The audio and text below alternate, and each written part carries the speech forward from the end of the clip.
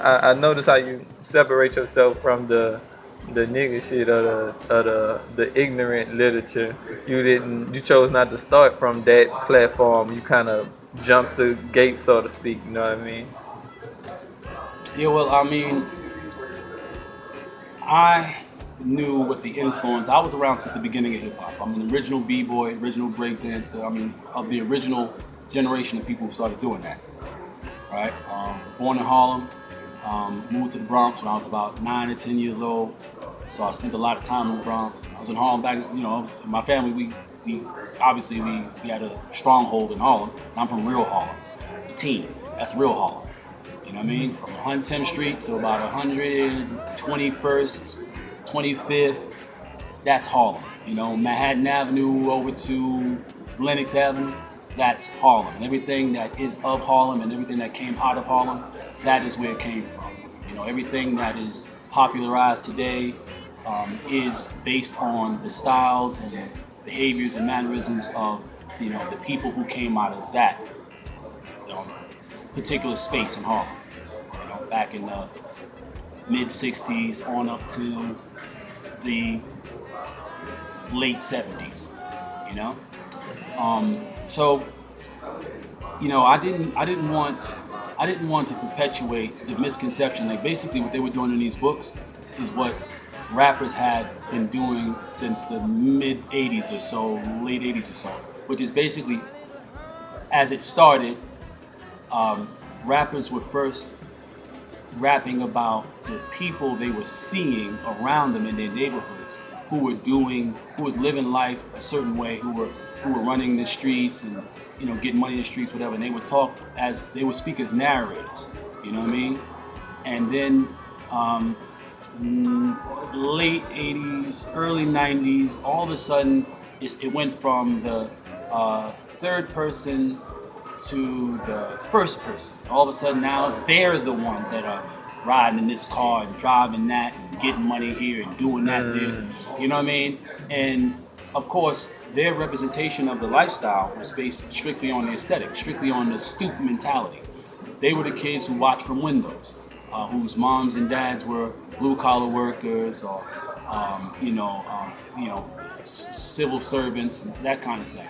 And hip hop had gotten such a hold of their imaginations that they started to believe themselves to be of that lifestyle.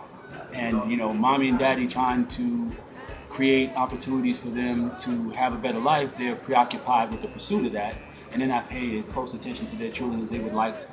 And their children are being indoctrinated with this false perception of the street. Like I said, rappers couldn't see what we were actually doing to facilitate the aspects of our lifestyles that they were seeing in a club, on a block, rolling down the street. They saw our cars, they saw our swag, they saw how we were dressing, but they didn't understand that when we ride by that nice car, you have no idea we might have a body in the trunk. It might be, 50 years, 100 years worth of drugs in the trunk. Where we might be enjoying the opulence of that lifestyle, but we're also bearing the daily burden of how that lifestyle could abruptly end. And there's nothing glorious about that. But that was the reason that we celebrated to the degree that we did whenever we decided to. And no, we did not go out and buy bottles of champagne every day and all that, whatever. You know what I mean? Even though we could, we just didn't because it was stupid. It's stupid, it's pointless. Hip hop did that. Hip hop took everything that they could see of what we were doing, and they did what entertainment does. They exaggerated it and made the younger generations who were being influenced, the ones who could not rap, who could not access recording and studio time, stuff like that, and who could only emulate the lyrical content that they were being exposed to and subjugated by.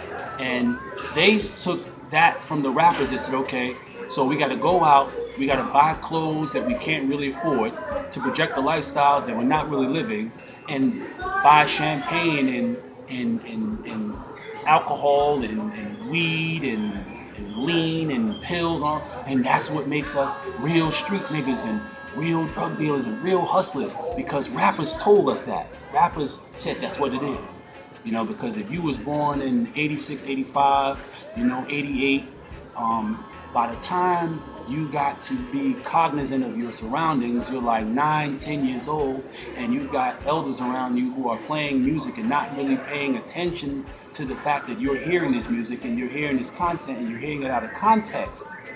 They don't know that you're being indoctrinated.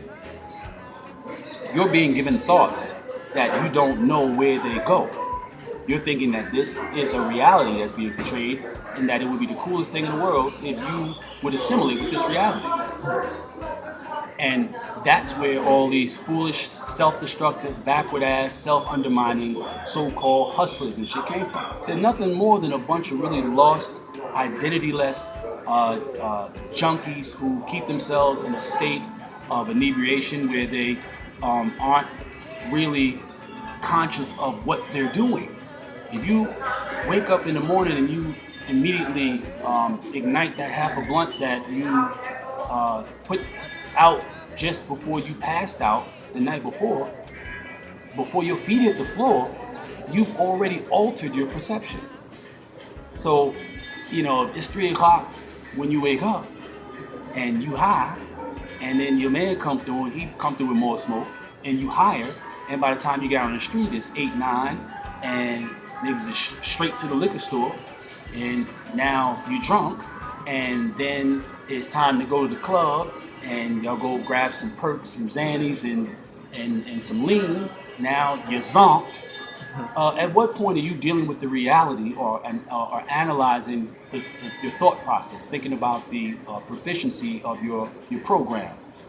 Whether it makes sense that you would come out and have 4 or 5 ounces of cocaine and 2 guns and a pound of weed in your trunk, that you were supposed to go and meet somebody and drop off, but you decided you would do that after you went to the mall and after you went to see this girl real quick, and then, all right, meet me at the club, and now we both come out